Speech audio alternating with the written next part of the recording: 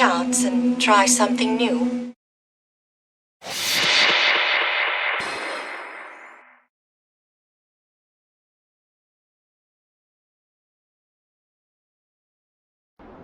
ولقد سبقت كلمتنا لعبادنا المرسلين. It is the most important story in the country. The next major war for the United States is with ISIS.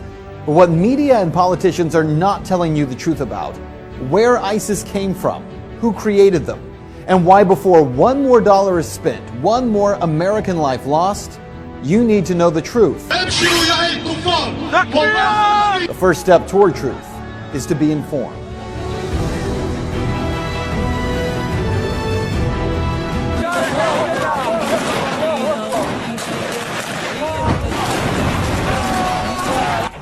The name ISIS is one that every American knows by now. The biggest threat to our national security since Al-Qaeda, right? They are a brutal, savage group known for public beheadings and mass executions. They are the face of the new war on terror. Right now, the U.S. military is conducting airstrikes in Syria in a supposed attempt to take out ISIS targets. Meanwhile, the White House and military leaders are talking about possible boots on the ground in Iraq again, only 3 years after the war in Iraq was declared over. In fact, this war, according to former Defense Secretary Leon Panetta, could last for decades. I think we're looking at kind of a 30-year war kind of history here. Allahu Akbar! So who exactly is ISIS, and where did they come from? It's entirely a creation of the United States' behavior in Iraq. That's how we got to where we are, because of war, because of occupation, because of torture. For answers, we traveled to Los Angeles to meet with Angela Keaton, the founder of antiwar.com. We destabilized and wrecked Iraq. I mean, it caused it to fail miserably, and that's entirely the responsibility of the United States government. There's no one else at fault there. I mean, as horrible as Saddam Hussein was, Iraq was not unstable. It was a functioning country as much as those sorts of things go, and was not a particularly horrible hellhole if you were a religious minority. To understand where ISIS comes from, you have to understand two storylines. The first is what Keaton just said. When the U.S. first went into Iraq, we blew the country apart. We destroyed the government, toppled Saddam Hussein, destroyed infrastructure, and most importantly, left behind a power vacuum, one that would have never have existed had Hussein not been overthrown by the U.S. government.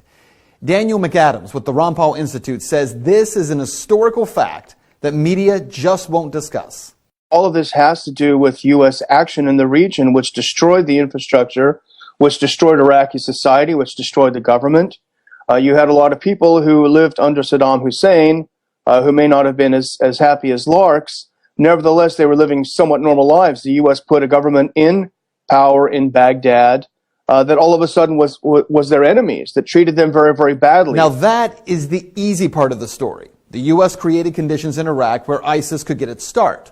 But here's the other storyline that you have to understand, that even with Saddam gone, ISIS still couldn't have risen to power had it not been for what happened next.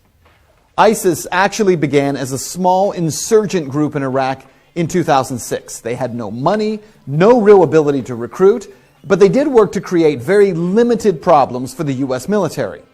It wasn't until 2009 that ISIS shifted its focus from Iraq, where it was largely unsuccessful in developing a foothold, and focused on the civil war in Syria. Even there, ISIS struggled to gain any foothold because the two largest groups fighting against President Bashar al-Assad were al-Nusra Front, or Al-Qaeda, and the Free Syrian Army. Then came a pivotal moment that most Americans aren't even aware of. In June of 2013, a northern general for the Free Syrian Army spoke out on Al Jazeera, Qatar, and stated that if international forces did not send weapons, the rebels attempting to overthrow Syrian President Bashar al-Assad would lose their war in just 1 month. Well, only months before, I had personally confronted President Obama about why the U.S. was covertly funding those Syrian rebels. And yet there's some concern about the U.S. funding the Syrian opposition when there are a lot of reports that Al-Qaeda is kind of heading up that opposition. How do you justify the two? Well, I share that concern, and so what we've done is to say we will provide non-lethal assistance to Syrian opposition leadership that are committed to a political transition, committed to an observance of human rights. We're not going to just dive in and get involved with a civil war that, in fact, involves some elements of people who are genuinely trying to get a better life, but also involve some folks who would, over the long term, do the United States harm. So even as the president acted as if he was being careful, politicians like Senator John McCain demanded action. So it's a totally unfair and unbalanced fight. And now the rebels are the freedom fighters, the Syrian National Army are being beaten every place around Syria because of the overwhelming firepower, and air power is really the deciding factor. So you've got to take their air power out of it. You've got to have a safe zone where they can operate, train, and equip. And we've got to turn this thing around. So what happened?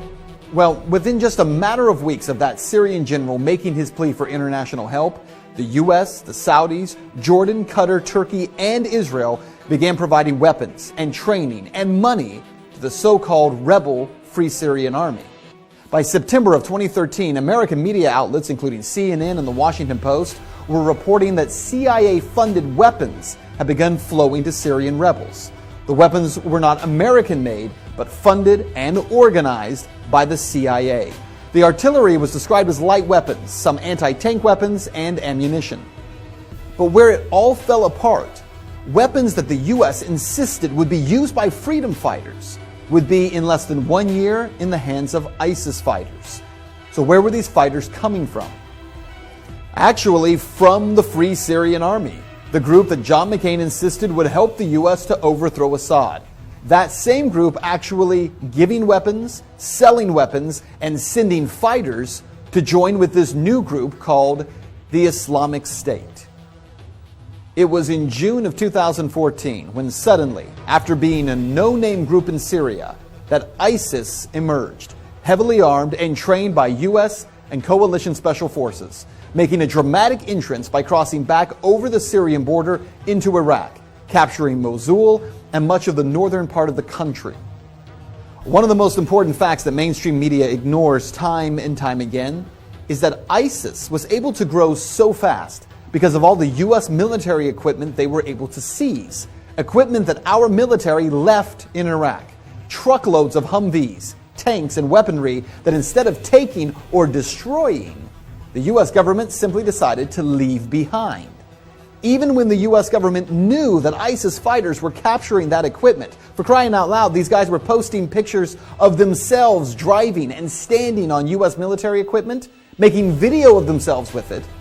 We did nothing. Why? How is it the U.S. had no idea that this threat was coming? How many billions do we spend? Maybe $100 billion on the total intelligence community budget over the year. How is it that they had no idea? How is it that if this was such a threat, as John McCain and Lindsey Graham are fond of reminding us, how is it that it was missed so unbelievably, so egregiously?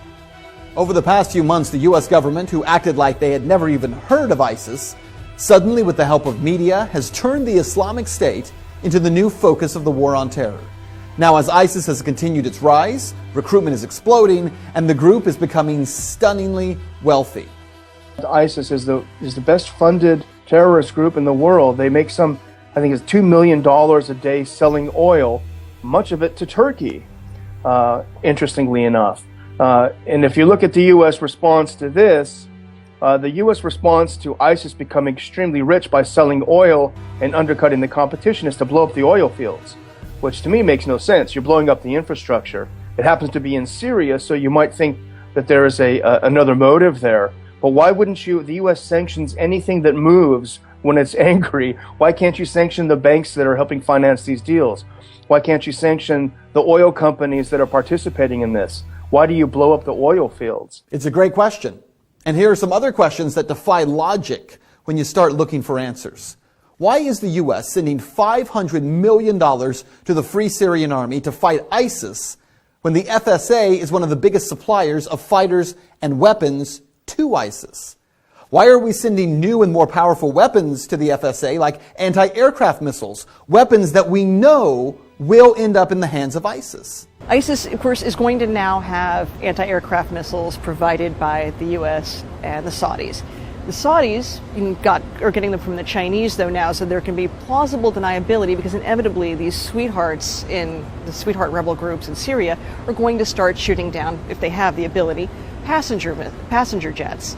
And then we're going to want the plausible deniability and say, no, it's the Chinese weaponry, as if it's going to make any difference. Well, there are so many questions that we could ask, but let's just cut to the chase here, because what you need to know about this is that ISIS is not the creation of American inaction, which is what the media is going to tell you.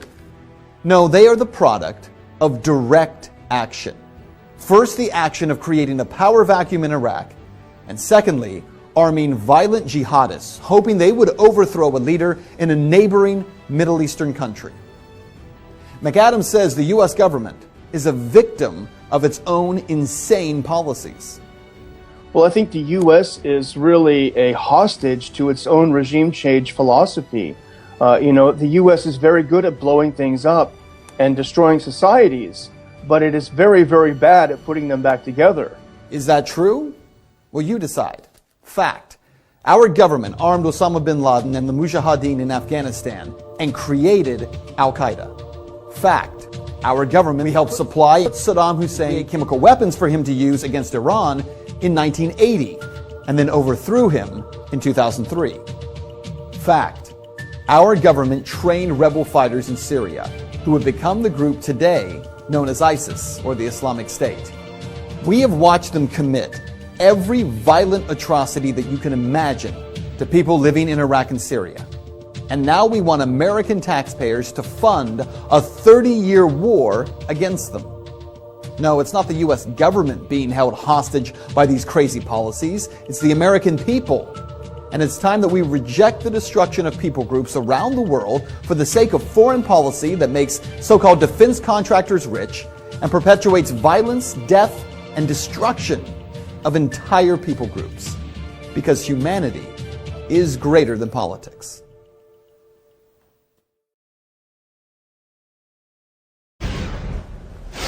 Well, let's now talk to political journalist and author Geroid O'Coleman, who joins us from Paris this evening. Thanks very much for joining us again on RT International. You're in the French capital. What's the mood and atmosphere in the city right now? We're being told that there's a state of war and a state of emergency. We've had this before. We had this in January, and for several weeks we had non-stop sirens and non-stop chatter on the radio about the threat from radical Islam and terrorist groups and so on.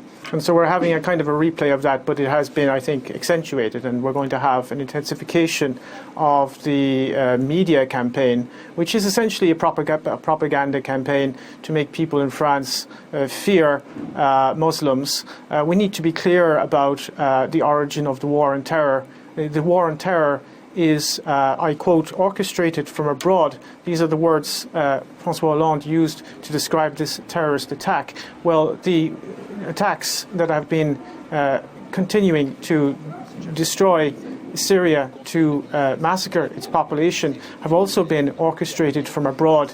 They were orchestrated by NATO, and they've been carrying these attacks out against the civilian population of Syria for 4 years now. And this is a terrorist campaign that is also orchestrated from abroad.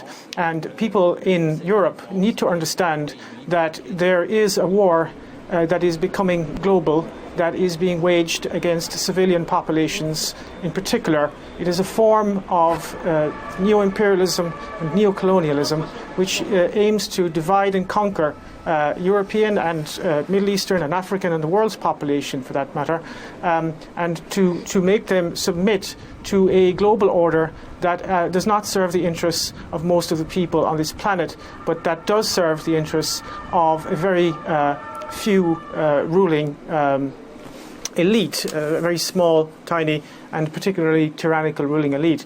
There is no war on terror. There is a war that is being waged using proxy groups, terrorist proxy groups, and they are being used against nation states who are resisting US and Israeli hegemony, and they are also being used as a means of disciplining the workforces in Europe. In a period of mass unemployment and austerity, you now have terrorist attacks being committed by terrorists funded, armed and trained by Western intelligence agencies. There is no such thing as ISIS. ISIS is a creation of the United States. We know that from official sources of the US military themselves. Declassified documents from the Defense Intelligence Agency have confirmed that. And the French government is now attempting to drum up support for more military intervention in Syria. And what they want to do is they want to get in on the game. The game is almost lost. The Russians have routed much of the Islamic State. You now have Islamic State militants coming into Europe disguised as refugees. That will destabilize Central Europe, and the French government wants to get in on the game in Syria and prop up those so-called moderate rebels. There are no moderate rebels, of course, in Syria. There are Al-Qaeda and ISIS militants, terrorists who have been beheading people, eviscerating people, absolutely creating chaos and genocide right across the region, and this does not serve the Syrian people or anyone other than the Western corporate elites and their geopolitical interests. What do you expect France to do now in the light not only of Friday's terrorism, but 10 months on from Charlie Hebdo? It's not going to ease up on what it's doing, is it? No. Much depends on how the French public will react. We are being bombarded now with a media propaganda campaign. It's just non-stop talk where we're told not to go out in the street. We're supposed to be fearful and keep quiet and so on. I think there is going to be a campaign against dissidents in France. They're very worried about the new media that has emerged in recent years, and they are very worried about the alternative media. So I think you will see, we saw this actually after the attacks in January, you will see a conflation of terrorism and dissidents. So one of the tools which the mass media uses to discredit any kind of rational questioning of the established order, and particularly the war on terrorism, is to deride those who would question the war on terrorism as conspiracy theorists. And I think you're going to see a crackdown on so-called conspiracy theorists and websites that actually publish rational and honest analysis of what is happening. So you're going to see more of that type of intellectual terrorism, which is already at a boiling point in France. I mean, it's got to the point now where you have professors in universities who are being intimidated. You have school teachers who are basically being fired for even suggesting that there may be a link between French imperialism and terrorism. There was one case recently, for example, of a school teacher who almost lost his job when he suggested there might be a link between French foreign policy and terrorism. So we are going through a period of deep intellectual terrorism. And of course, these random terrorist acts, which are a form of low-intensity civil war. I think that the current crisis, the refugee crisis, which is really a form of coercive engineered migration, because it could have easily been prevented, this form of coercive engineered migration is going to make this a lot worse, and it is going to create the conditions of civil war. It is a natural consequence, of course, of globalization, of financial capitalism. This is essentially what it leads to. I mean, it leads to a breakdown of society. And the only way in which they can kind of keep everybody down is by a policy of divide and conquer. So you're going to see a situation where you've got very much a Wahhabized working class in France. They're being Wahhabized by the allies of the French political elite, the Saudis and the Qataris. They're building Wahhabite mosques all over the place. And that is going to Wahhabize the youth, and they're going to be then used as pawns, if you like, in much bigger geopolitical wars, proxy wars against Russia, proxy wars against Iran in the Middle East, and so on. And that is going to create massive social unrest. It's going to divide working people against each other. And the only people who are going to actually benefit from this are the war contractors, the military, industrial, media, intelligence complex. So in whatever way you look at this, I don't know who exactly committed this attack and this atrocity, but the real people who are responsible, whether directly or indirectly or consciously or unconsciously, is the French government, because they have been complicit in terrorism in the Middle East and all over Africa. And that needs to be understood. And if we don't understand that, this is going to continue and it's going to deteriorate. We will find ourselves in a situation under military law, martial law, if this continues. So it really needs to be analysed and understood.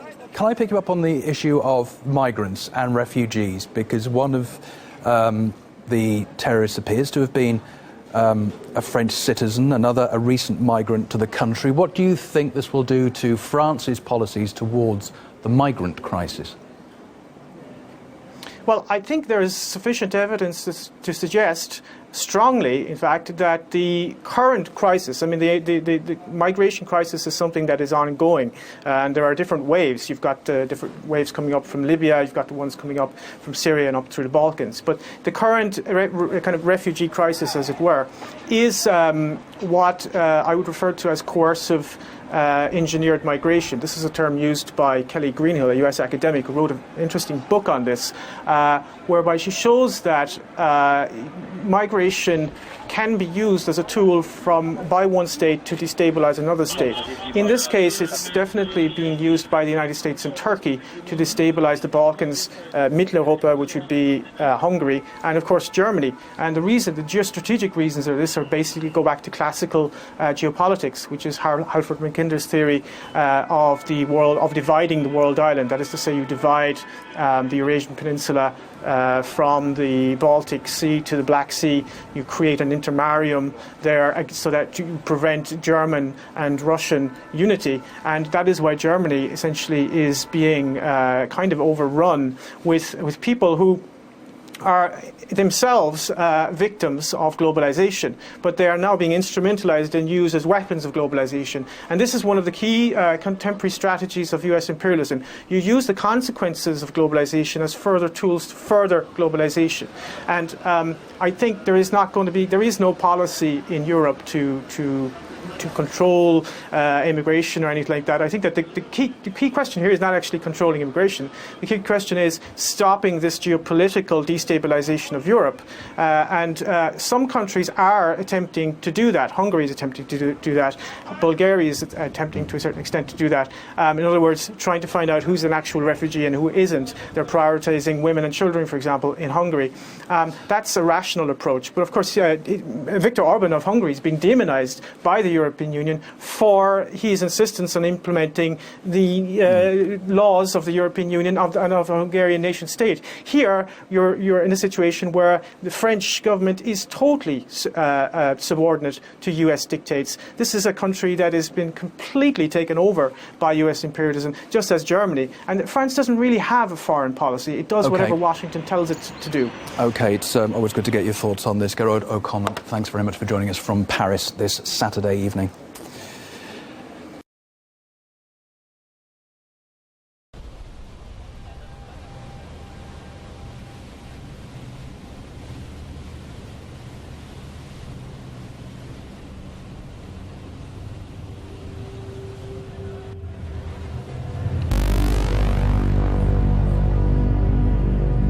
Germany is facing a drastic number of refugees by the end of 2015, believed to be in the region of 1.5 million. It is not quite on a biblical scale, but an exodus it certainly is. Migrants who've been trapped at the railway station in Budapest, now deciding to walk the hundreds of miles to Germany and what they see as the promised land. The other side of this tragedy is how it will change Europe. Non-Western migrants had already been flooding into Europe for decades. Leaders refuse to stop it. We are afraid. We are in danger every day, every minute. They're coming inside, the police. They want to kill each other. You have to do something. Someone has to protect us. They are in our houses. We are the victims. We are not them. We have to live like before. We have to live our life. They took it for us. We're not in war. They are. They have to take them from here. It's a city. No place for people like them. ولكنهم فقدوا إخصابهم ويبحثون عن إخصاب عندنا ننجب منهم لأننا سوف نفتح بلادهم. خذوا اللاجئين سنطلبهم منكم قريبا.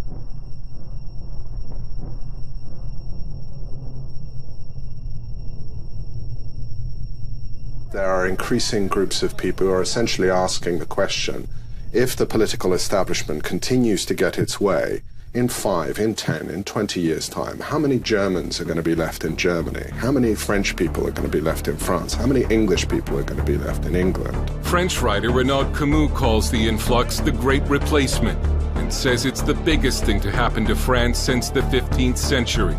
Quel est l'objectif? Ça va faire parler.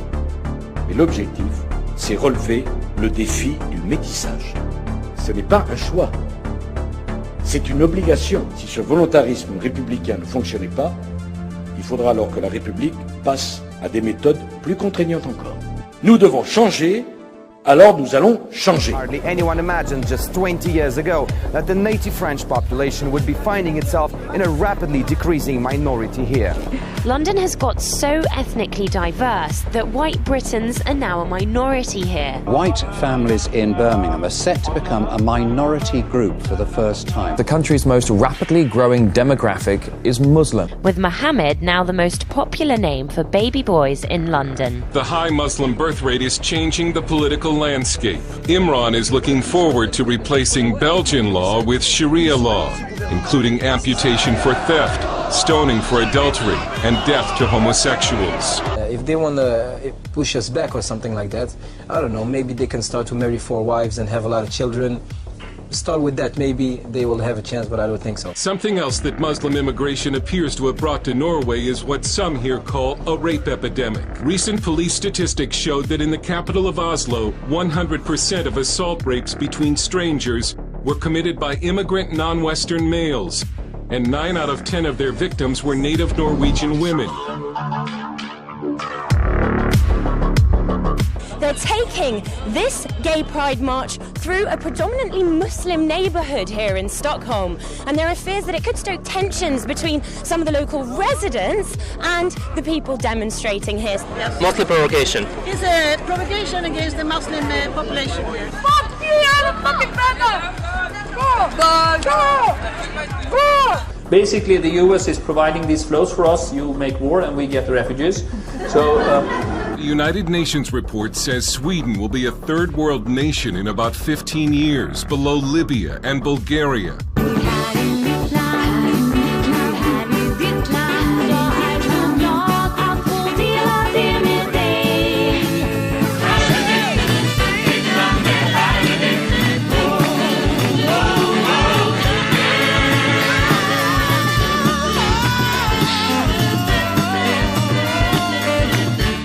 بل إن إخواننا ضحوا أموالهم وحتى أرواحهم فداء لهدف الوحيد. For there is no other path to victory except through sacrifice and jihad for the sake of Allah.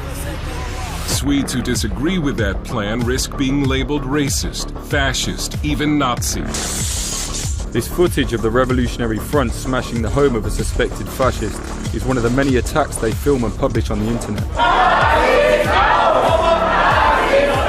Wer diese Werte nicht vertritt, der kann jederzeit dieses Land verlassen, wenn er nicht einverstanden ist. Das ist die Freiheit eines jeden Deutschen. Wir müssen uns gegen die Nazis stellen. Schon aufgrund unserer Geschichte zwischen 1933 und 1945 sind wir verpflichtet, Flüchtlinge anständig zu behandeln. Und dann gibt es ja noch was. Jedes Jahr sterben mehr Deutsche als geboren werden. Das liegt zum Glück daran, dass die Nazis sich auch nicht besonders vervielfältigen. Und schon deshalb sind wir auf Zuwanderer aus anderen Ländern angewiesen. It doesn't matter if Sweden's immigration model is failing miserably.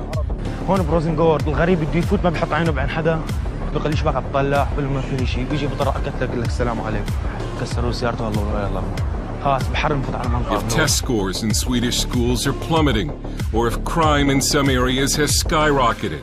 I hope all of them, and everyone else across Britain, will reflect on the universal values that Ramadan represents, and the contribution that British Muslims make to our country.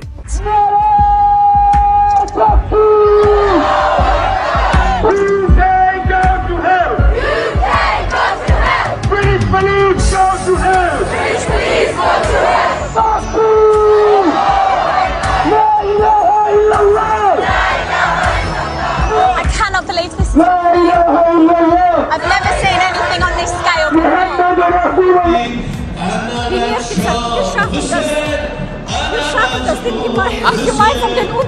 Es ist, glaube ich, ein wichtiges Signal an Sie, dass der Islam, so wie der Bundespräsident Wulff es gesagt hat, zu uns in Deutschland inzwischen gehört.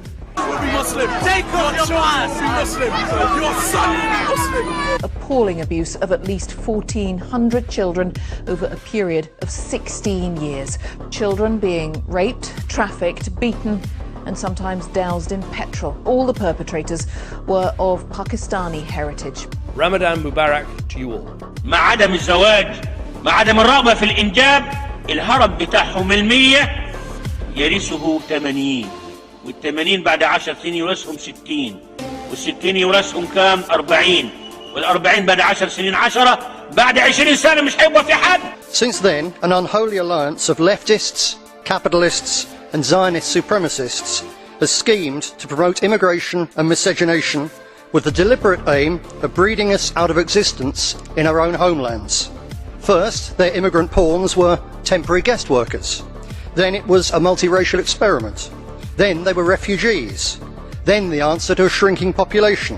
Different excuses, different lies. But the real aim stays the same. The biggest genocide in human history. Really ashamed of the racist and xenophobic terms. Is your policy serious, or are you just shouting? Mr. Griffin. It's you that's shouting, because obviously the truth hurts. I have a constructive suggestion to help those poor asylum seekers from Africa. Yes, make it clear they can't come here, so they don't try to cross the sea and drown in huge numbers. The best way for them is to get the banks off the backs of their countries, so they can live in peace in their countries, and we Europeans can live in peace in ours. Thank you. بعد فترة من الزمن سيكون أوروبا دولة إسلامية واحدة موحدة لا تعرف إلا لا إله إلا الله محمد رسول الله.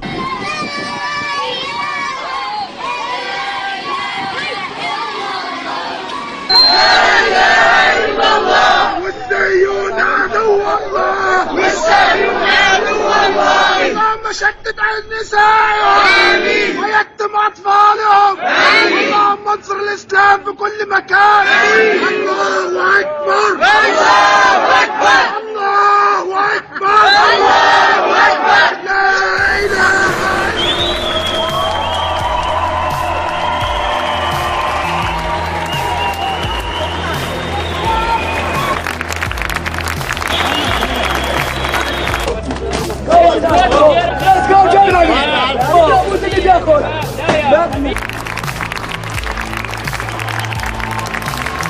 While some of the residents are newly arrived from the conflict in Syria, many are not. There are Afghans here, Senegalese, Albanians, Pakistanis and Bangladeshis. Very bored here. You can just eat, sleep, use the slow internet. It's so bad. Salzau ist ein 36-Seelendorf in der Abgeschiedenheit der holsteinischen Schweiz. In dem leerstehenden Herrenhaus der Gemeinde brachte das Land 320 Flüchtlinge unter. Die Räumlichkeiten sind hochherrschaftlich. Aber das Problem ist, dass wir haben nicht so viel hier zu machen. Wir brauchen etwas zu machen. Also brauchen wir müssen wir unsere Zukunft wissen, was unsere Zukunft ist. For dog, not it. Dog. This for women. Saft mit 15% Zucker, beschwert sich der syrische Asylbewerber über den Inhalt der Essenspakete. Als erster Regierungsbezirk soll in Niederbayern ab Januar stattdessen Bargeld ausgezahlt werden. I want money because I want to smoking and tell my mother in the Syria. Are staging a sit-in, refusing to go to an asylum center. You people, before you speak for me, Croatia, good. Asyl. We go to Germany because Germany very good. Voices for Refugees. Heute noch auf dieser Bühne. Conchita Wurst. Try to help us. We are receiving bad conditions. Try to help us. We are dying. We beg you. Because we suffer too much. I am from Ghana. So many are here. So many people are here. All Africa. Gambia. Even Africa. Come. No good. Water. Underwater. This is not good. Water.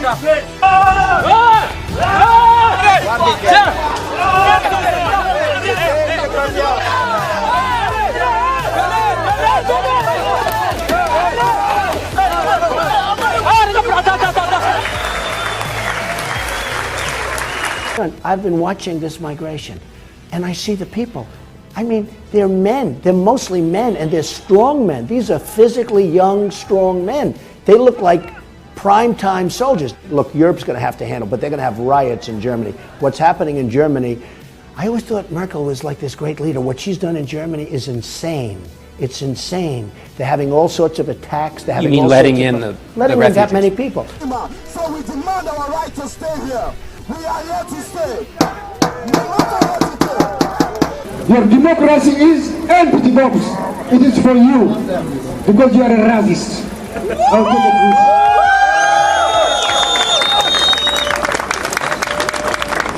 We are not going to fear of you because we are stronger than yesterday, and we'll be tomorrow more stronger, and we'll defeat you. Final destination, ordinary German men and women stood here and applauding them. Extraordinary. People handing them water. Welcome to Germany. How do you feel? The psychological shock when they will see in future what the beautiful society of equality and social justice means in practice, obviously they will revolt. A person who was demoralized is unable to assess true information. The facts tell nothing to him. Even if I shower him with information, with authentic proof, with documents, with pictures, he will refuse to believe it, despite of the abundance of information. No one is able to come to sensible conclusions in the interests of defending themselves, their families, their community, and their country.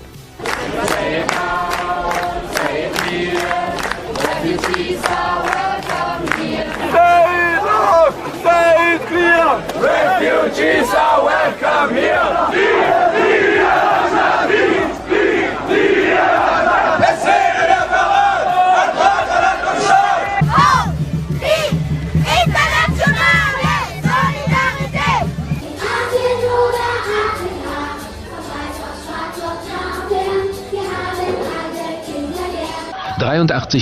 Der 200 Rütli-Schüler sind ausländischer Herkunft. Die Deutschen sitzen sich immer dahin.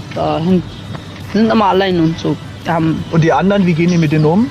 So, die schreien auf die, die treten die laufen rum. Wenn sie die sehen, geben die einfach Stelle. So aus Spaß. Wir sind viel Gruppe. Und wehren die sich, die Deutschen? Nein. Die haben Angst so. So, und wir vermehren uns immer mehr. Ihr Deutschen kriegt ja keine Kinder. Ihr kriegt höchstens, wenn es hochkommt, 2 Kinder. Wir machen 7, 8, Alhamdulillah. Okay, Kollege? Und dann nehmen wir uns auch nochmal 4 Frauen, dann haben wir 22 Kinder. So macht Allah Azza wa Jal, der allmächtige Gott, macht das so, dass wir euch erobern, nicht mit Krieg hier in Deutschland, sondern mit Geburtenraten, erstens. Und zweitens, wir heiraten eure Töchter. Ja? Und deine Tochter wird Kopftuch tragen. Und deine Tochter wird einen Bärtigen heiraten.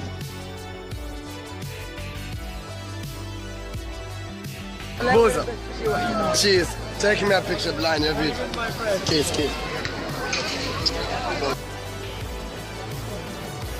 Problem here. Problem there. Exactly. Balls, it's very big. Like this. It's Your big. balls. Really. He said make sex with anyone or make anything. We are 400 people, okay? How I can bring the girl to here, okay? She go like make 400 times sex. Shit. Der Uniplatz in Magdeburg heute Morgen. Eine 19-Jährige war hier heute Morgen um kurz vor 4 Uhr überfallen und brutal misshandelt worden. Die Frau konnte leider bislang noch nicht befragt werden, da sie aufgrund ihrer Verletzungen derzeit im Krankenhaus behandelt wird. Es ist bereits der 4. Fall innerhalb weniger Wochen. Anfang Oktober wurde eine 24-Jährige auf einem Friedhof in Magdeburg brutal vergewaltigt. Vor rund 2 Wochen wurden 2 19-Jährige überfallen. Verunsicherung bei den Magdeburgern. Im Zusammenhang mit den bisherigen Überfällen fahndet die Polizei nach diesen Männern. Sie sollen etwa 30 Jahre alt sein und werden von Zeugen als Personen mit südländischem Aussehen beschrieben. Even if you expose them to authentic information, you still cannot change the basic perception and the logic of behavior. He will refuse to believe it until he is going to receive a kick in his fat bottom. In Chemnitz ist ein 7-jähriges Mädchen am Abend mit ihrem Fahrrad unterwegs. In einem Park wird sie plötzlich von einem unbekannten Mann angehalten. Direkt neben diesem Spielplatz soll der Mann dem Mädchen dann den Mund zugehalten und sie vom Rad gezerrt haben. Danach vergewaltigte er die 7-Jährige. Ihre Mutter soll ganz in der Nähe gewesen sein, bemerkte den Vorfall aber erst, als das Kind weinend zu ihr lief. Das Mädchen sprach von südländischem bzw. nordafrikanischem Typ.